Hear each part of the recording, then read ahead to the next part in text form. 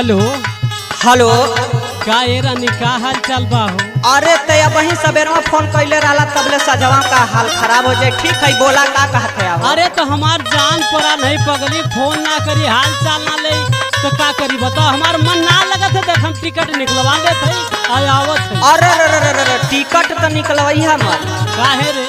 सुना अब वही जहाँ बड़ा ने वहीं रहा। सुना सुनाव। अच्छा अभी बहरा में रहा कुछ दिना रजऊ, अभी बहरा में रहा कुछ दिना रजऊ, चलता रे अभी नौवा महीना रजऊ।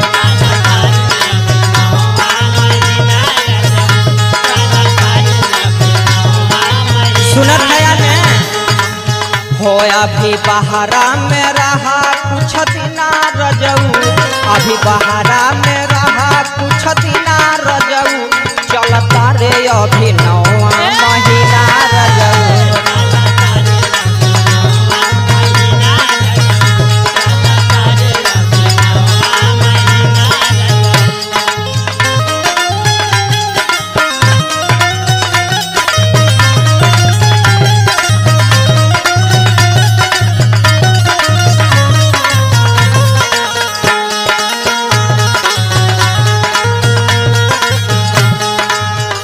सुना सुनावा।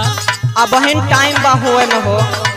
अरे तो हमारे अशरफ भैया ही सूबेदार भैया अमरजीत चाचा के जात रहला है, कहत रहला हमार हो गए। अरे तो सभे के आवे था लेकिन तू वहीं जरा सुना। सुनाओ। हो में बाटे अभी कुछ दिन के दिन हो, कारा बरदा सजनी कारा मन मलिन हो।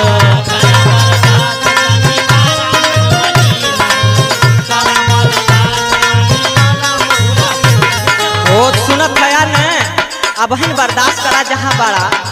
हो में बाटे अभी कुछ दिन के दिन हो, कारा बरदा सजनी कारा मन मलिन हो।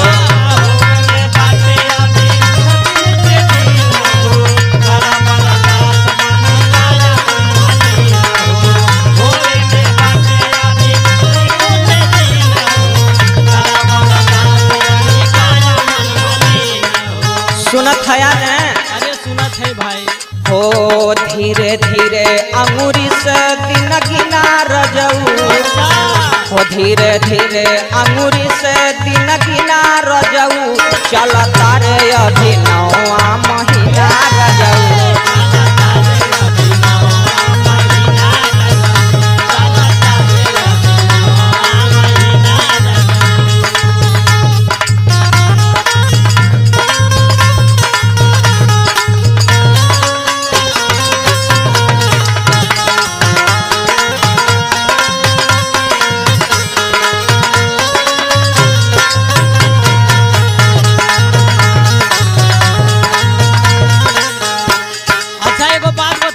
बतावा बतावा। देखा कई दिन से हमार मन लगत ना हो। तो सुना न जहिया हो जाई हम खुदा ही तुमके बता दे, टेंशन काहे ले ले बाड़ा। सुना। अच्छा तो ये बात है। सुना पहले। सुनावा। होई जाई जहिया तक कई देबे फोन हो, पैसा न रही पिया यहाँ लेके लोन हो।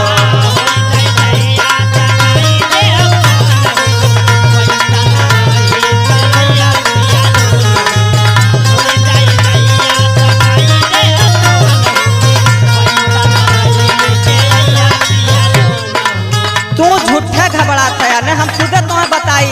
अरे पगली पहलवा से जाना थे, पैसा ऐसा रख ले ले यही अमरजीत चाचा से लेके चोरी से रे।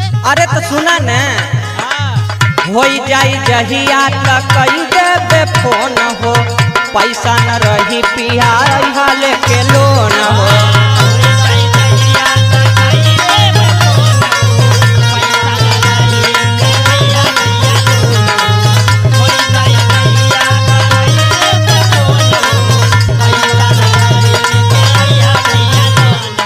देखा हमरो जियरा ना लगत तोरे बिना, लेकिन का करी। सुना हो रात कैसो बिताइब तोहरे बिना रजऊ,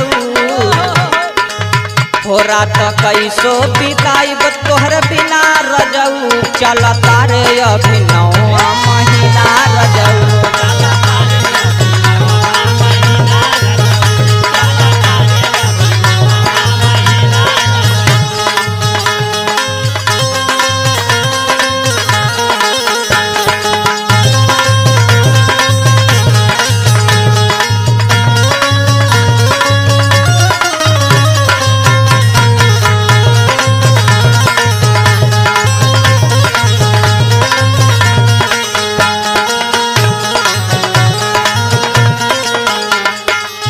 सुना पहले तू झूठे घबराला कौनो बात के बिना।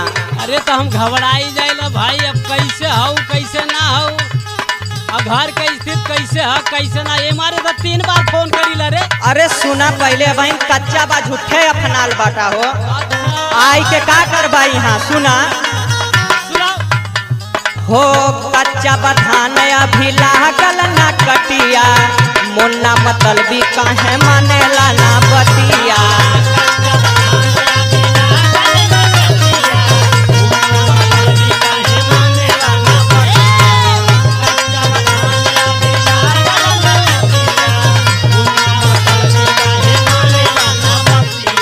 देखा केहू के बहकौले में मत पड़ा। अच्छा तो ये बात रहल पहले काहे ना बताऊ। अरे तो तोहे ना पता ई सितंबर चलत है, कहो रोपाई के गईला तोहरे ना ख्याल सितंबर ही 9वां महीना चलत है। अरे झूठा हम पौआ लगा के फिट रहली है। अरे तो तोहरे का समझ में आई सुना, अब हम कच्चा बा अच्छा हो कच्चा बधान अभी लागल ना कटिया, मुन्ना मतलबी काहे मानेला ना बतिया।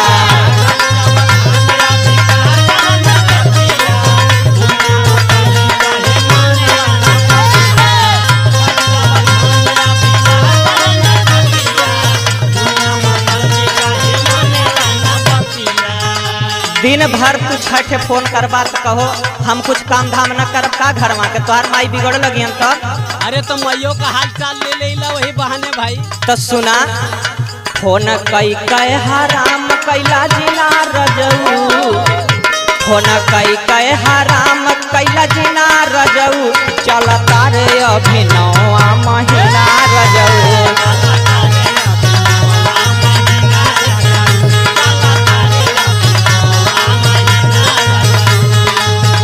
अभी वहीं जे बितावा कुछ दिना रजऊ चलता रे अभी 9वां महीना रजऊ।